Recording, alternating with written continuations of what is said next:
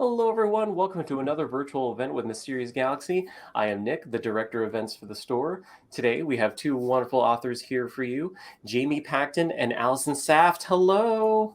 Hi. So, first and foremost, we are celebrating Jamie's YA debut, soon-to-be YA debut, The Vermilion Emporium, but we're also going to be discussing Allison's books, either her story in The Gathering Dark, or perhaps A Far Wilder Magic, or both. We don't know. We like discussing books. For those of you who may be joining us and not are aware, Jamie Pacton is an award-nominated young adult and middle-grade author who writes swoony, funny, magical books across genres. The Vermilion Emporium is her YA fantasy debut. I wish I had a copy here to show you, but we are doing this as a pre-launch. So in spirit, I can show you. But there we go. It's an ARC. I just had some hardcovers in hand, and they're really shiny and pretty. This one is not, but hey, it's still a book. Right. And in conversation, we have Allison Saft, a New York Times and indie bestselling author of Wilder Magic and Down Comes the Night. After receiving her MA in English literature from Tulane University, she moved from Gulf Coast to the West Coast, where she spends her time rolling on 8 wheels and practicing aerial silks. That is awesome. You'll notice a link below. They'll take you to our website where you can pre-order your own copy of The Vermilion Emporium, as well as get any of Jamie's previous books like Lucky Girl or The Life and Medieval Times of Kit Sweetly. Also, you can get any of Allison's books that we have linked there, like The Gathering Dark, or as I mentioned, A Far Wilder Magic, or even Down Comes the Night. Buying your books through us does support us and the authors, and it lets us keep doing wonderful events like this. Also, if you do pre-order the Vermilion Emporium, I believe Jamie might have some really cool swag to share us. I do. You want to see it? Yes, we do. Oh, Lord. Okay. I've got pins. They're so good. Oh, that's so pretty. And then my publisher sent metal feather bookmarks. Oh, they're bookmarks? Awesome. Hang on, I can't even get it out of this bag. No, oh my gosh, that is so cool. And then I've got these gorgeous art cards that two of my favorite artists did. So that's Twain and Quinta at the Ball, and then there they are in the attic learning how to spin Starlight. So this is by Victoria Chen and Dario Rambaran. So wonderful. Yep, all that good stuff could come. All of this could be yours if you pre-order. Pre-order through Mysterious Galaxy. Indeed. And lastly, before I disappear for now, if you have any questions you would like to ask either Jamie or Allison, you'll notice there's a link below that says Ask a Question. Submit your questions there, and we'll be going through them later in the program.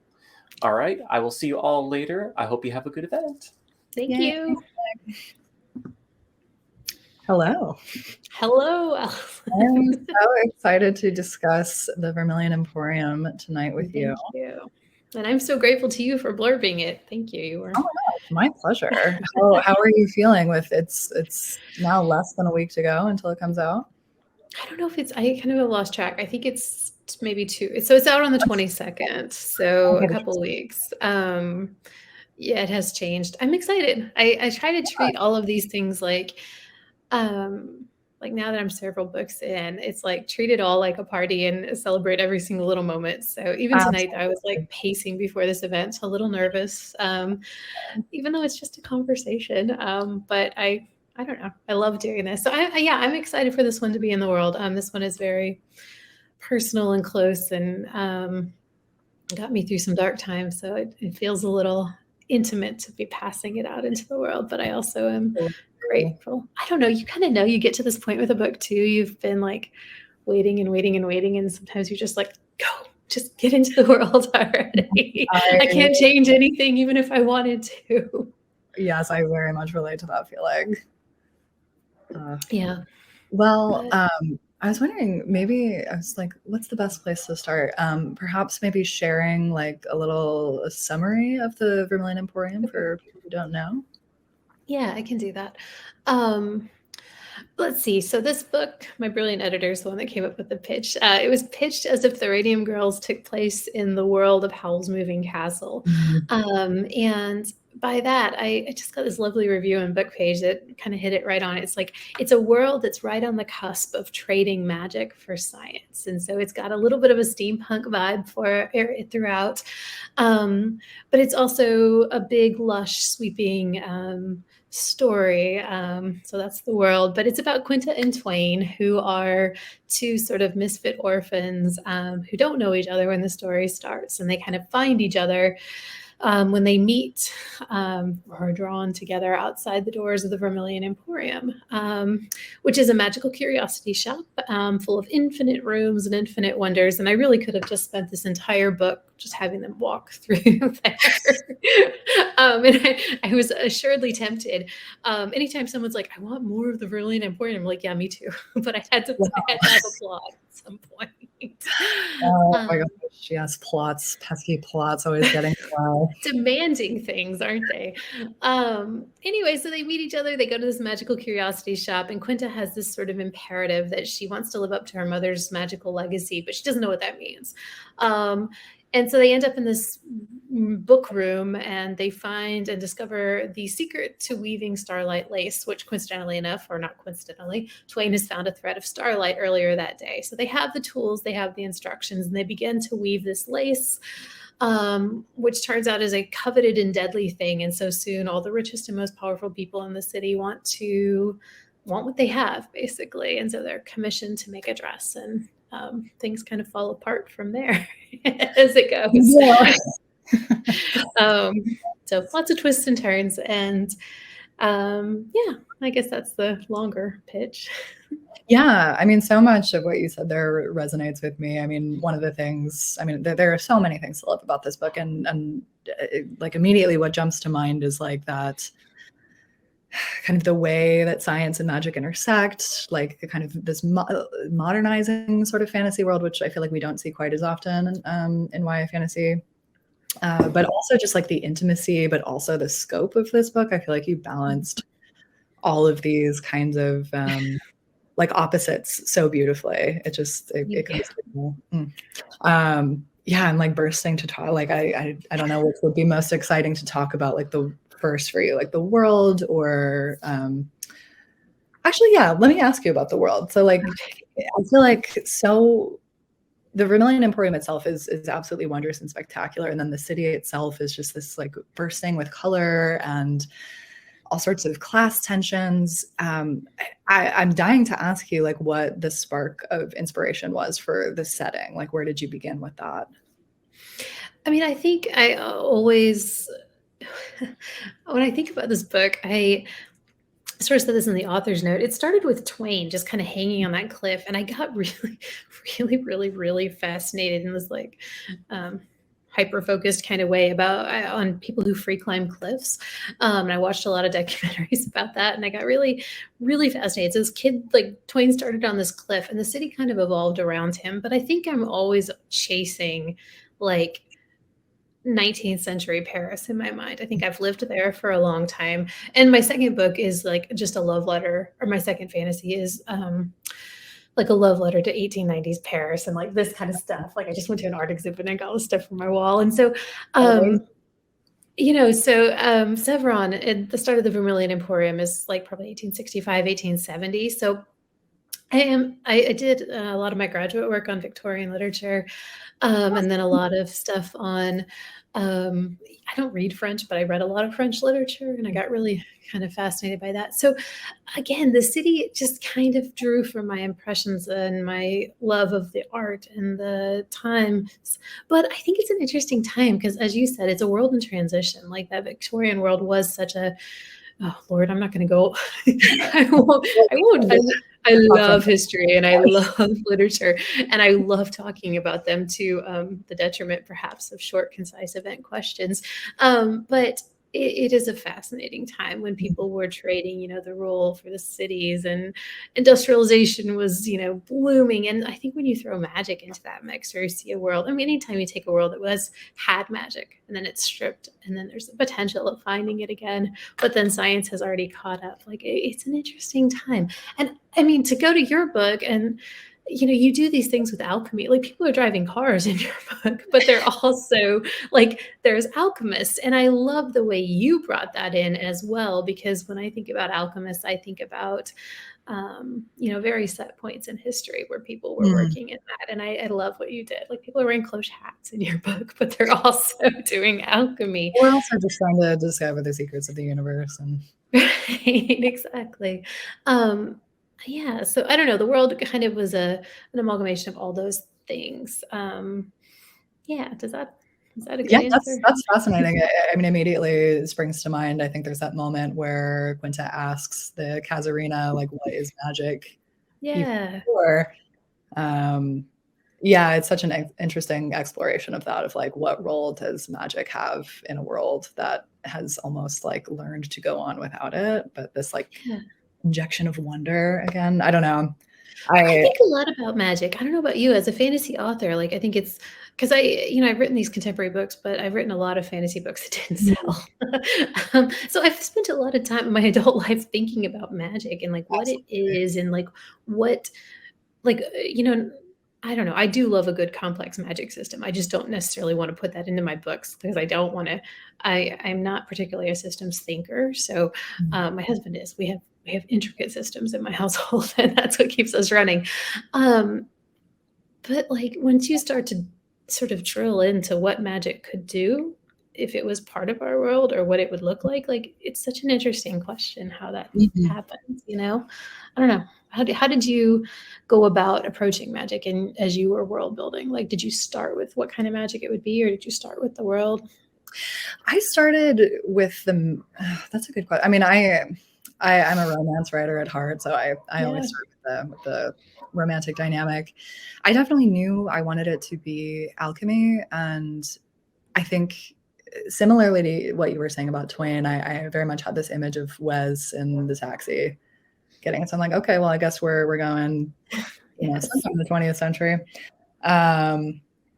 But yes, I was very interested in a system of magic. Because I mean, there's so many places to go with alchemy, and I was interested in the distillation element of it, which feels very kind of apropos with the 1920s-esque moonshining era. But I think for me, my way into it was kind of like how, as I started fleshing out the world around it, was how each religion was engaging with, each ethnic religious group was engaging with this magic system and how they used it to understand the world. So yeah, it was kind of philosophy and magic entwined, how I went about. Okay, can I ask you more questions? I've got more. Because I do love what you did with religious systems, because I think that they are obviously recognizable enough that we know who you're speaking about and who you're kind of like the commentary you're making, but it's still very firmly grounded in that world. But what kind of research did you do for your alchemy and for your magic? Oh my gosh, lots of museum visits, scouring obscure texts on the internet. Martin Luther actually had a lot to say about that, which was interesting. That sort of thing. I did a lot of period research as well. What else? Lots of Gnosticism made its way into the book.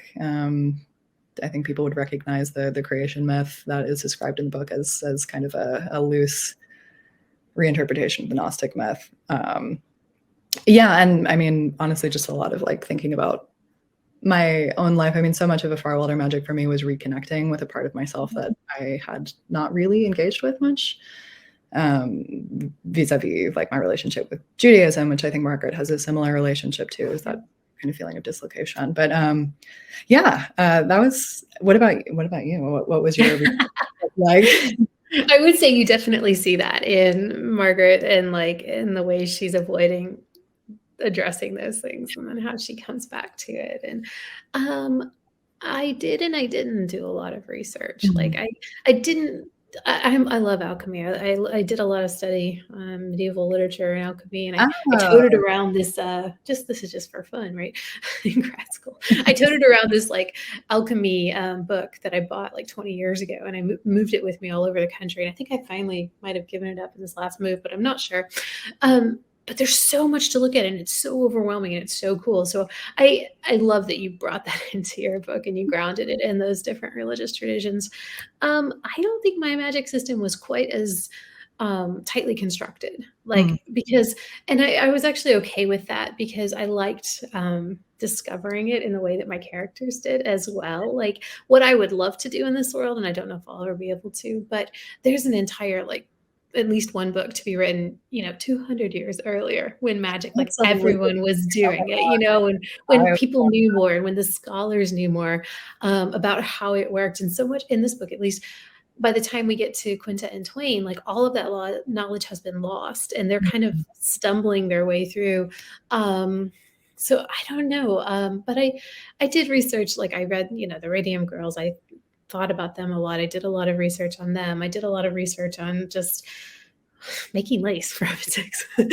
Just small little like research interests in that way, but not so much in like ancient magical systems. Totally. Yes. Yeah. Lace making is a fascinating. Oh my God, it's so cool. I got myself looking into it a little bit for the book I'm working on, but oh my goodness, like the labor intensiveness of it, like I feel like I saw at one point, or was it? No, maybe it was glass blowing, but it's so interesting to me, like how these like specialty crafts get so tied up in politics. Like I think it was maybe glass makers. They were like isolated on an island, like no one can have our glass blowers because they're ours. And I feel like that much plays out in the Vermilion Emporium as well, with this like kind of like how as the stakes escalate. Yeah. Well, and okay, so that's actually, I love talking about this. So I don't make lace. Like I wanted to learn for this book, and I'm just bad at like crafty things. Like I'm not patient. I don't like even knit or anything. But I looked up how to do it, and then I watched. There's somebody I follow on TikTok who makes lace, and she's incredible. Like if you go to lace making TikTok, some bookseller at this convention just put me onto this.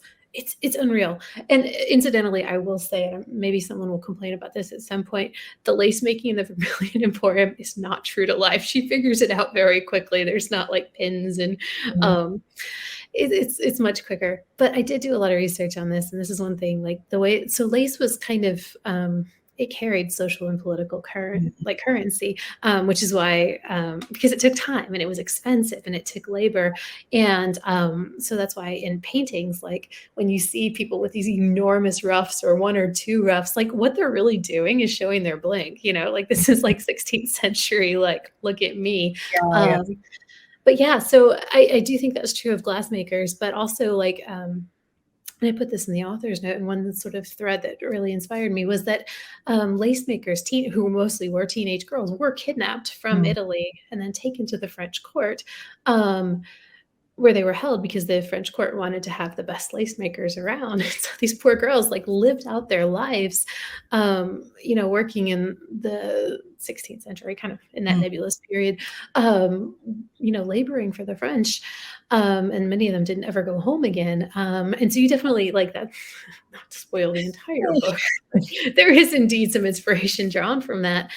But I think that's interesting. And I think it's interesting too, then when you layer in magic on top of it. And so it's not just lace, it's what this lace can produce and the effects it could have. And that's kind of where. Yeah. I mean, that was one of the things I found so fascinating about the book is just like how it's just such an elegant commentary on like class and like poverty in particular, like the brutality, the desperate scrabbling that Twain and Quinta are both going through at the beginning of the book. And it's pretty like, I mean, not to avoiding drifting into spoiler territories, but just like the brutality of work and like how much of yourself it demands. I was curious, like I know Radium Girls was, I'm not sure if that was an inspiration or a pitch that came to you as you wrote into it, but did you set out to tackle these kind of,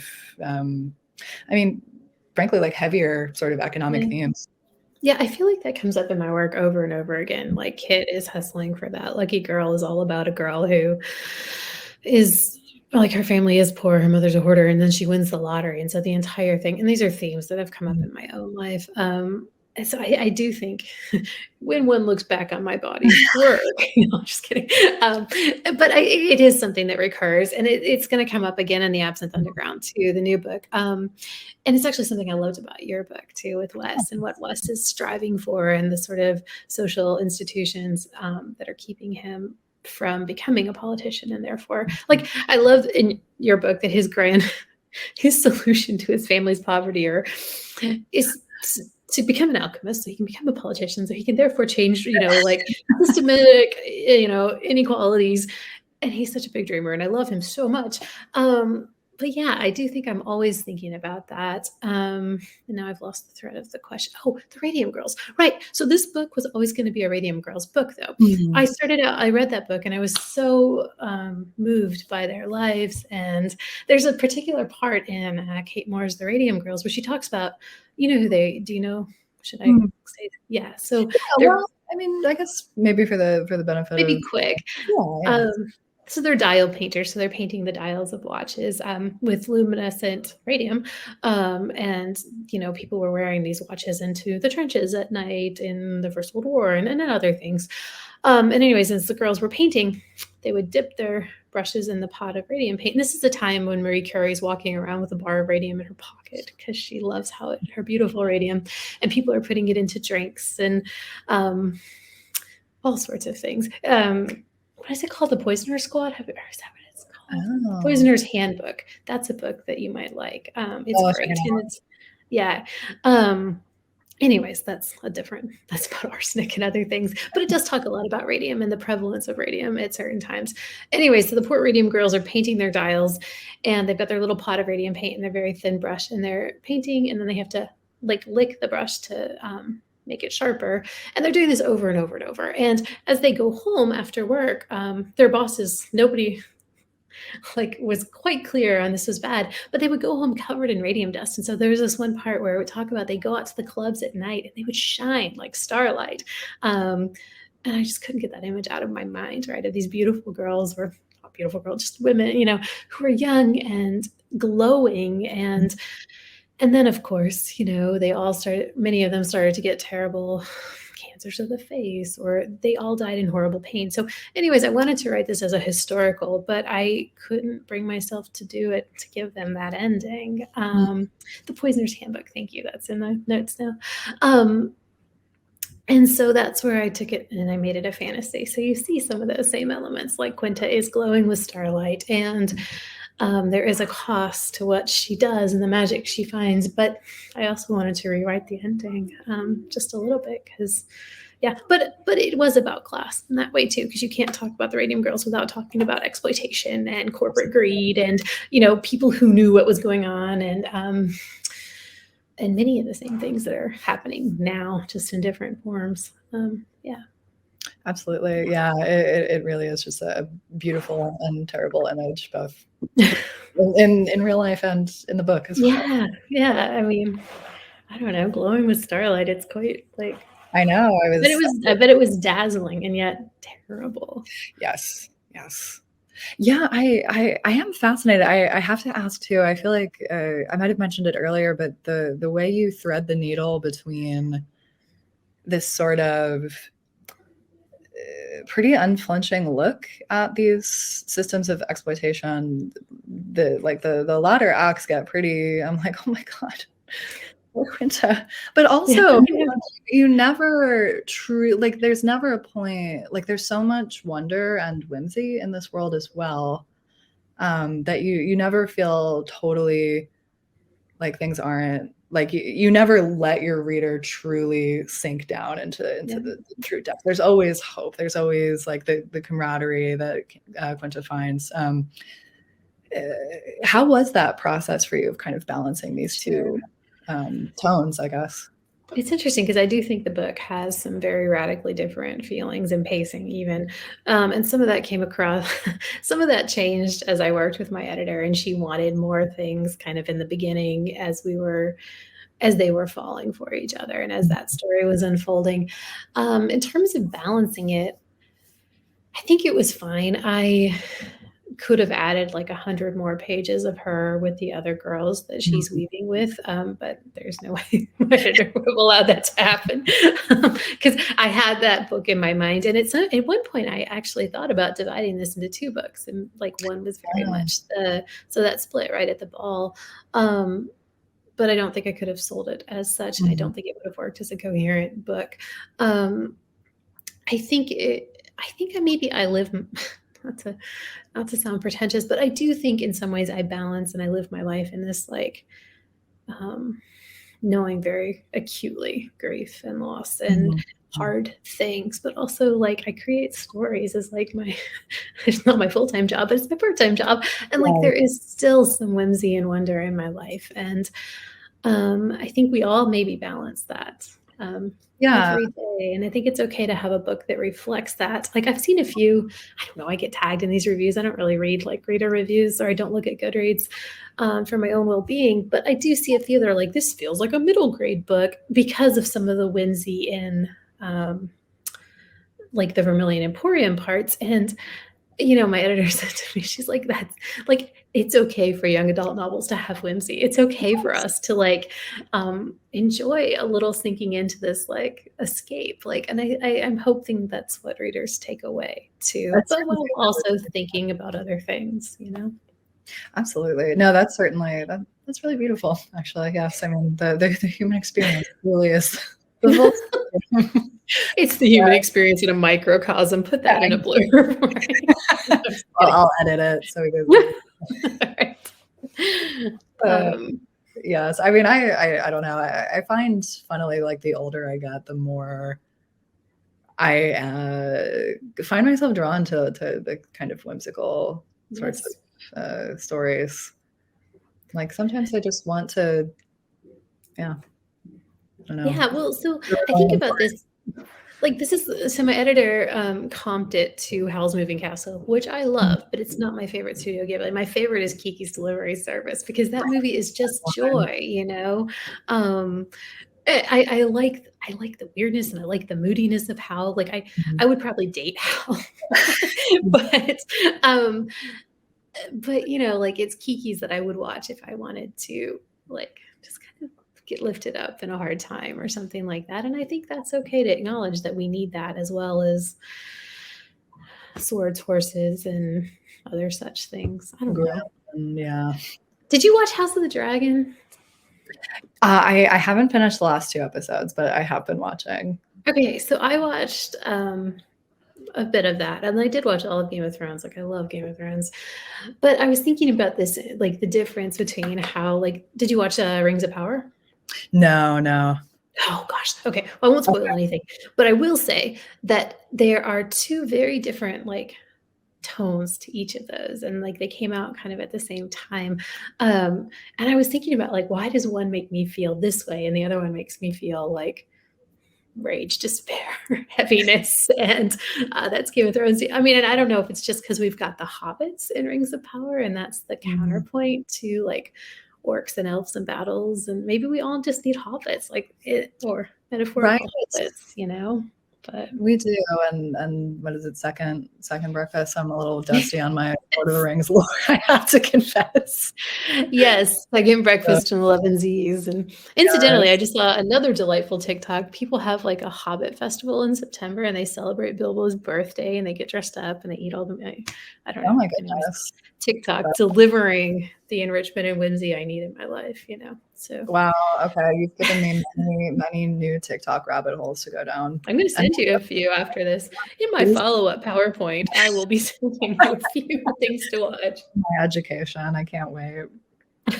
Well, maybe we can talk about characters in our books, because I do actually think there's some similarities. Both of us wrote, I don't know if you did this consciously, but I did, an unlikable like female protagonist, or like she's grumpy and she's prickly, and so both Margaret and Quinta start there, and then the boys that come into their lives are like they're charming, and like they're both they know they're charming and they know they're good looking, and they kind of worm their way in. So you want to talk about creating those characters, or what you were trying to do with that as you...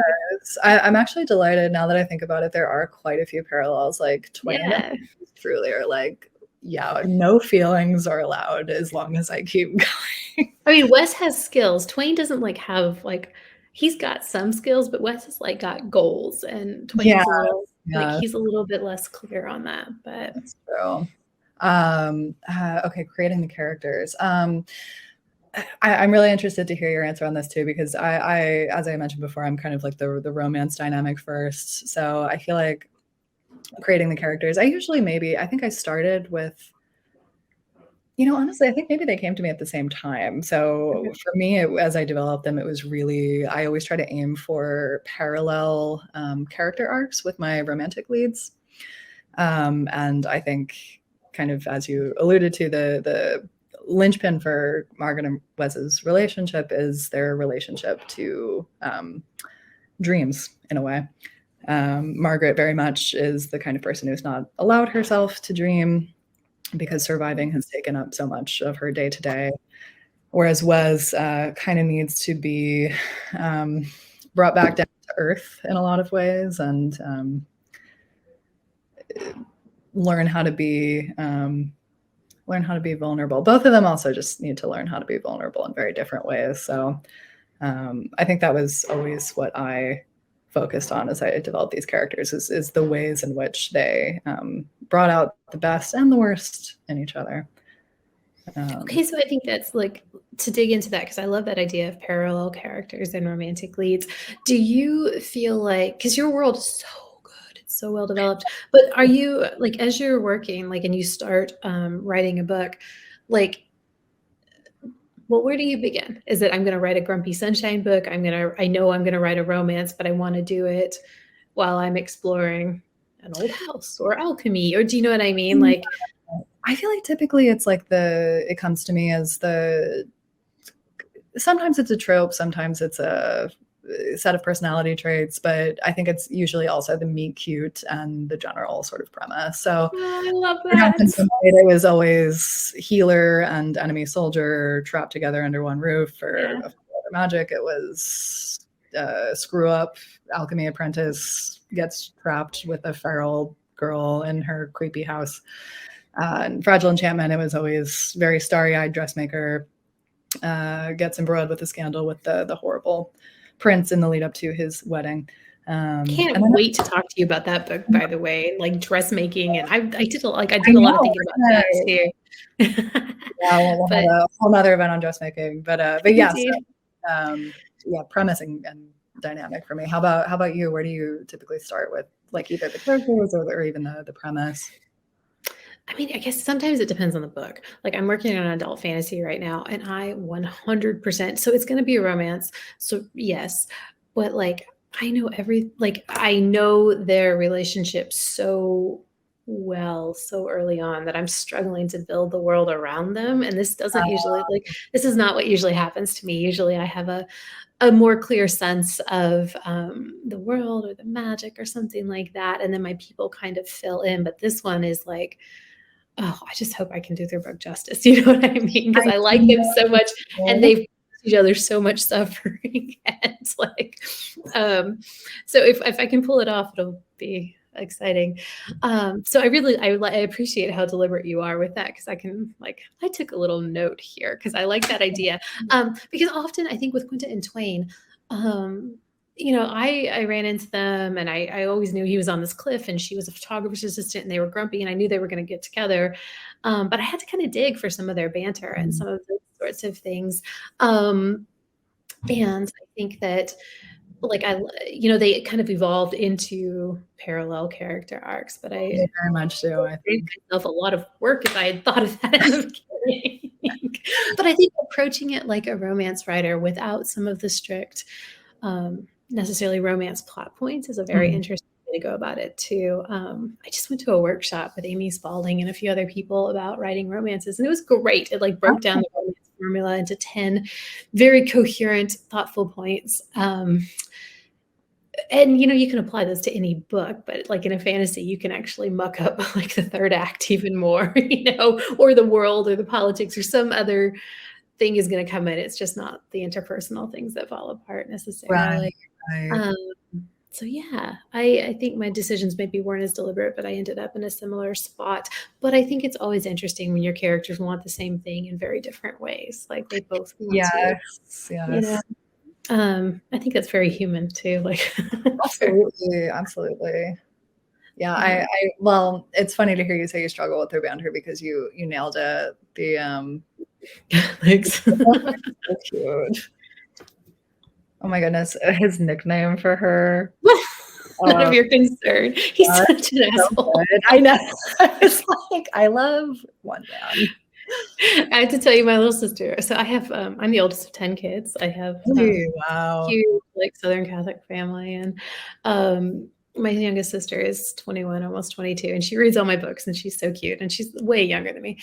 And so she was like, this banter, you need more here. Come on. And then my husband said the same thing in like an early draft. So I am delighted to hear you say that. Thank you. Yes, you nailed it. I read a lot of romance. It's one of my favorite genres to read. And there's some, oh my God, what Talia Hibbard does with banter is one of my favorite things, like, in the world. Or I just read Erin Hahn's new book, her new romance. I just decided to pick that one up. It's great. It's so good. It's very, if you do read it, let me know, because it does interesting things with like subverting some of the tropes and like letting them like each other, but then the world's falling apart. But anyways, what romance writers are doing, the Brown Sisters trilogy is great. Sorry, I'm reading the comments as we go. Hi, DJ. Yes. But I feel like if fantasy writers, if we can write characters that like romance readers would like, and they would say like, wow, this banter is great, or, it crackles, and then we can put it into a fantasy world, like we've just like made it that much better. So I'm always looking to those models. I have a great romance recommendation though, while we're while we type. I just read The Very Secret Society of Irregular Witches, and it was, have you read it? Not yet, but I keep seeing it everywhere. It's so charming, and it's got, like an older queer couple, and there's a school for magical children, and it's wonderful. Like it was just talk about whimsy and charm, but also like it does like drill in and tackle some things about a magical world where kids aren't accepted. It's a bit like The House on the Cerulean Sea, but I liked it better, actually. Okay, I'll check it out. So it's good.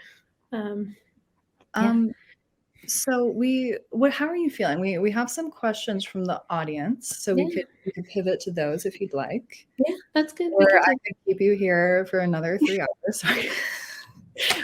Follow-up presentation. Absolutely. Let me look at what we've got here. So Victoria asks, which part of this book brought you the most joy to write, and which was the hardest? Sure. My favorite thing to do was to write the rooms in the Vermilion Emporium, just like I said.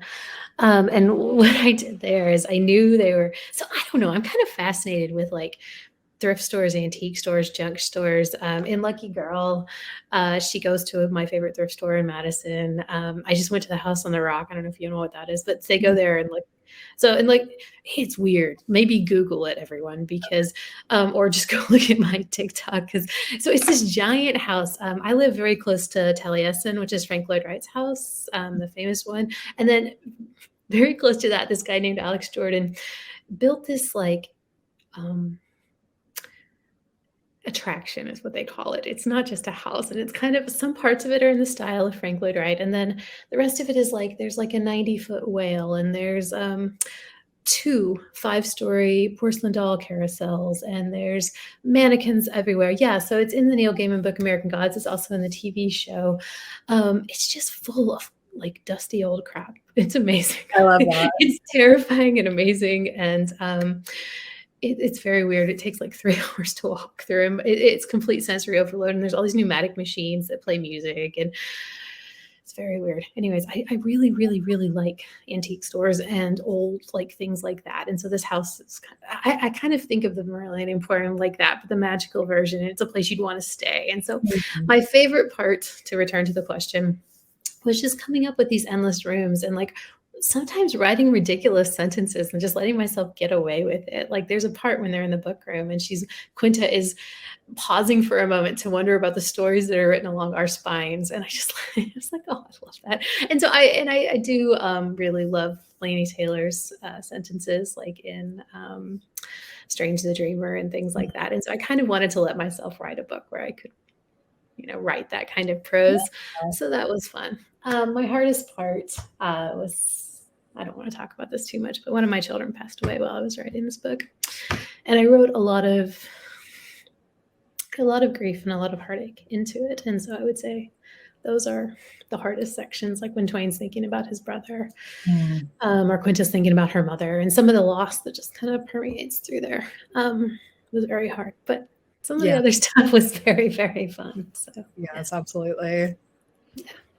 Let's see. The next question is for both authors. Were there any scenes or bits of information or research you absolutely loved that ultimately didn't make the final draft? Ooh, that's a good question. You want to go first? Good question. Ooh, oh my gosh, was there a Farewell Magic? I actually almost every scene I wrote made it into the book, but I'm trying to remember if there was any little tidbits. Oh my goodness. Well, I'm sure something will come to me, but in Down Comes the Night, which is kind of a riff on a Victorian Gothic novel, there was like a whole scene where it was just an excuse for me to write a loose parody of the Castle of Otranto. Yes. Which is, if you haven't read it, it's just delightful. But anyway, yes, I did lots of reading in the genre, and some of the little homages did not make it in. There's only so much our editors will allow. Oh, and let me say, I'm sorry, I see Victoria in the comments. You didn't bring up anything bad. Like, I like to talk about it, and it's an important thing. So I just still figuring out how to talk about this grand tragedy in my life. It's okay. So thank you for the question. But yeah, so for me, I tend to be an underwriter. So I will turn in a book that's 72,000 words when it goes to my editor. And then it'll end up being a 95,000 word book. And so I don't have a lot of scenes that don't make it in. I have a lot of places that get built out. And that is, it's interesting because I always see it. Some of my favorite authors are always doing giveaways of like, here's the 14 chapters that didn't make it into the book or the alternate ending. I'm like, oh my God, we're so lucky that we got a book here. I delivered these. Honestly, it's like they're like, any bonus scenes? I'm like, nope, this is it. What you see is the whole canon. I mean, I could write more for sure, especially once the foundation is laid down. Now, I would really, really, really like the book that I don't know if my editor's watching this. The book that I'm going to pitch as book 3 option book is going to be Chloe, one of the seamstresses who becomes a time traveler. And I would love to give her a third book that kind of brings the first 2 back around. And so I feel like you could get, if not bonus scenes, like it would build out some of the questions that even I was left with at the end of Vermilion, That's exciting. Yeah. Keep me posted. Who knows if it'll happen? You know how it goes in publishing. But yeah. Oh, I love the Castle of Toronto. Like I read that a long time ago, but it's just, sometimes like a giant helmet falls from the sky and just crushes the Lord of the Castle, and we just have to deal with that. Tino, would you like to hear a quick fun fact about the weekend upon which Frankenstein was written? Yes, please. Okay, so my favorite podcast is by Dana Schwartz. It is called, oh my God, I've just forgotten. Noble Blood. Sorry, how you listen to it? It's great. But I learned, so I like to think of that Gothic weekend where Mary Shelley and Lord Byron, they're all there and they're crafting these dark tales. And what I didn't realize is they were such literary celebrities that here they are on one side of the lake in their manor. And then across the way is a hotel full of English tourists who have decided to come, like the hotel is billing it as come check out the celebrities. And they had like on their balcony, they had like a telescope and you could kind of look over to the villa where Mary Shelley and others were staying and see if any salacious things were happening or if there was any like laundry hanging on the line. And so essentially I thought this was such an isolated Gothic experience. In fact, they were almost like living like a Kardashian type life where people were checking him out and seeing what was happening. And it's all because of Lord Byron and his scandals and such. But I do. That's cool. Yeah, Lord Byron, he cracks me up. I like some of his poetry. I'm like, ooh, buddy, but a fascinating figure for sure. Yeah, but I like to think about like these deep Gothic things they're writing. Yeah, what's going on? But okay, sorry, tangent. No, thank you. That's Thank Dana Schwartz. She's brilliant. Thank you, Dana. Oh my God, keeping up with the Byron's Victoria. Thank you. Yes. That is hilarious. That would be amazing. Okay. Next question is for both authors, what is one characteristic of your main characters you wish you had yourself? Ooh, that's a good one. That is a good one. I mean, I tend to be rather autobiographical. My characters have my flaws, and some of the things maybe I wish I had. Let's see. I mean, definitely, you and I talked about this a while ago when you first did your blurb, like some of Quinta's anxieties about like the great destiny she thinks she has, or that she doesn't have, or that she can't live up to. Like, I definitely have worried those points over and over in my head in relation to writing and like my actual job and my family, those things. Absolutely. I mean, Twain can play the violin, and I wish I could play the violin. I'm not very musical, but I wish I was. So. Yes, I feel very similarly. Like a lot of my characters are just like different facets of myself. Wes is, I don't know, for better or for worse, probably the character who's closest to me. He's a great character. Thank you. He can be a little evil sometimes, but we forgive him. Yeah, I don't know. I mean, I wish I could do alchemy, but Are you a sharpshooter? I'm not. No. I wish that life had such neat character arcs. Correct. Like I'm like, can I undergo my evolution? But Wes is a lot more outgoing than I am, so I wish that I had his ease with people. I think that's what I would say. I think that's a fair answer. It's funny you should say that about character arcs in life. And one thing that consistently comes up in my adult life, like in relationships with other humans, is I am a very narrative thinker. And so I do sometimes expect things to resolve in ways that if are not neat and tidy, at least like make sense. And there are very many things in life that just don't make sense, or that don't resolve, or friendships that just end, or things like that. And I think it's very easy to want to put a story onto it or find, but that is also one thing I like about writing books, because I have some control over Absolutely. That. It's just making meaning out of the terrifying chaos, good and bad, that is just living. Exactly. Yeah, true. Making meaning again. Look at us. Human experience coverage. So like the deep conversation with the authors tonight. Okay, let's see. We've got how is the writing and researching compared to your YA contemporaries? Which That's a good question. I've gotten this in a couple other interviews, and so I've got some answers. The writing and researching wasn't that different, and the reason that is I have been a fantasy author for, like, what I say is, like, I was a fantasy author who lucked into contemporary, not like I'm a contemporary author who happened to write fantasy. So my first books, actually, for many, many years, like I was, back in 2013, writing books that were placing in contests, and I thought I'd get an agent, and I thought those would be the books. My first agent back in 2015, after Pitch Wars, signed me for a middle grade fantasy that went to acquisition, like went to acquisitions 5 times and didn't quite get. I mean, just one of those, like, oh my God. And so then it was just and then I wrote a really, really dark, like Swords and Horses.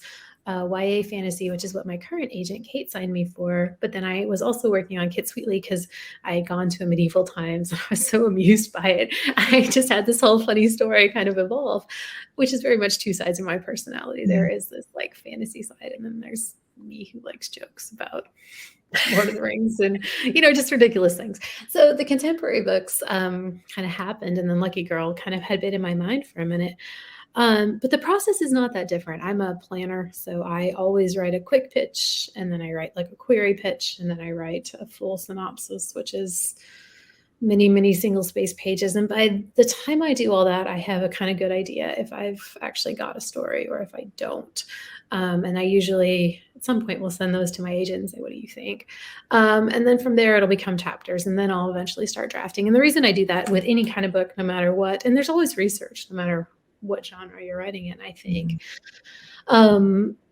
Yeah, but the reason I do that is because my first book from like 2010 was like 30,000 words long, and it took me like 6 years to write because I never knew where I was going and I didn't have a plan. And so now I've become very much a planner, which allows me to work across genres. And I'm hungry to learn about different genres. Like, I don't think I'll ever write a crime thriller, but like I want to write a, like a contemporary romance. That would be fun. Like, I don't know about you, but like I think it's a delight, just to try writing in different genres. Like, I kind of want to write a mystery because that's a lot to figure out. Don't do it. You say no. It's too tough. No, I'm just kidding. I agree with you entirely, though. I mean, it's the working on your like the edge of what's comfortable, or like I kind of love and hate that feeling of just feeling like what you're going for is like just out of reach. Yeah. God, if I could write a book like I love Alex Harrow's books, and I love I've got some like auto-buy authors in the adult space that God, if I could write a book that like brought readers to those sorts of like flights of fancy, it would be amazing. So it's a challenge, Yes. But anyway, sorry, go ahead. Let us see. As I'm reading, I'm wondering what ladies have done Twain wrong. Twain, like Wes, TJ, that's a good question. I mean, again, if I had started this story a little earlier, before, when Twain had his brother and he was playing in like bars and, bringing people home, like he would have had a whole different sort of story arc if all of that hadn't happened to him. But I see him like Wes. Like, I actually loved what you did in your book. Wes will be like, "Oh, there's a pretty girl. Wait, what? I'm sorry, here I am." I don't know who's done him wrong specifically, but there were definitely people who could not understand that his life changed and his way of moving through the world changed. So, but I'm sure he has a list somewhere buried under his floorboards. No. What I'm learning from this conversation is that there's all sorts of bonus content that we are going to get someday. Talk to Ashley Hearn about that. No, I'm just kidding. I'm writing an email right now. That's funny. Okay, let's see. So what is up next for both of you? What stories are you working on? Good question. You go first. So my next book is, I mentioned it briefly before. It's called A Fragile Enchantment. It is a YA fantasy of manners. I would say it's like Bridgerton with magic meets The Prince and the Dressmaker. It's about a magical dressmaker who receives an invitation to tailor the fairy tale royal wedding. But she becomes embroiled in a scandal in the making when the gossip columns start buzzing about her undeniable chemistry with the groom. Oh God, I love it. Thank you. And yeah, that's what's up next. So are you a Bridgerton fan? I've read The Viscount Who Loved Me, which was delightful. I liked season 2 of Bridgerton. I watched season 1. I had my quibbles. And bigger issues, but I really enjoyed the show, actually. I loved season 2 as well. Yes. Oh my God. Just yearning. Yes. Those are great comps, though. It's going to be an amazing book. I love any kind of comedy of manners or like Regency type. Yes. Stories, so it's good. My next book I just got to announce today. It's called The Absinthe Underground. It is a sapphic friends to lovers romantasy, which is my new favorite word. No, right? It is set in the world of the Vermilion Emporium, but it takes place about 25, 30 years later. So it is basically 1890s Paris. So I am a huge fan of that era of posters and Toulouse-Lautrec. And so it's about two girls, a writer and an artist, and they get drawn into this this club scene, basically. The club is called the Absinthe Underground, and one of them loves it, and then one of them has a person from her past surprisingly emerge, and it breaks their friendship, and all these secrets and lies come out. Yes, that is around when the Eiffel Tower was erected. So again, another time period of change and growth, and I just love these time periods too. Like, people were so scandalized by what was happening, and yet everyone was like creeping out to go to the bars and clubs and things. And it was an exciting time, I think, to be young. And I also I'm really interested in absinthe. I don't particularly like absinthe because I don't particularly like licorice or star anise. But I do like the way people indulged in it, and what it is, that line between it brought them dreams and inspiration, and it caused madness. And this book is kind of about that, but there is actually a real green fairy in it. And she brings our girls in and wants them to steal an object from a magician's house. So it was pitched as if Jonathan Strange and Mr. Norrell meets Holly Black. So I am beyond. Yeah, I'm also beyond. I'm really excited. That's next. And I actually also have a unannounced co-written YA contemporary that I should be able to tell you about soon. So I will tell you that Becca Potos and I are writing a book together. So oh my God. Okay. Oh, I love her. So hopefully more on that soon. We just signed our contract. So yay. Oh my goodness. Okay, I'll keep my eyes peeled. Yeah, those will both be 2024 books for me. Is yours a 2023? It's 24. Yeah. So are you doing anything in 23? Oh, I'm so excited. Me neither. It's the first time in like 5 years, which I'm beyond grateful for all the books to come out, but I'm excited to read and write and kind of escape the promo cycle for a couple months. Yeah, exactly. Oh gosh, we gotta go. We unfortunately have almost just hit that time, but I wanted to make sure that people knew where they can follow you on social media to keep up on these new and upcoming things for you. Yeah, so I am at Allison H. Saft on Instagram, pretty much. I have a Twitter, but I don't use it much anymore. Just yeah, put it in there. It's Allison with 2 L's, as I found out after tagging the wrong Allison. Yeah, and I'm at Jamie Pacton on Twitter and Instagram and TikTok. I don't really do Facebook, but I'm still on Twitter for now. We'll see how that goes. But, yeah. Yay! Congratulations, Jamie, on the upcoming the Vermilion Emporium, and of course both of you for your upcoming works.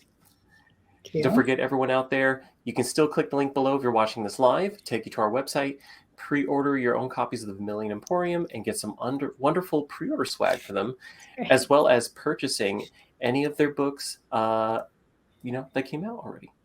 And thank you all for sending me good questions. This was really great. And thank you, Allison, for blurbing and chatting. It was wonderful to talk to you. So good to talk to you too.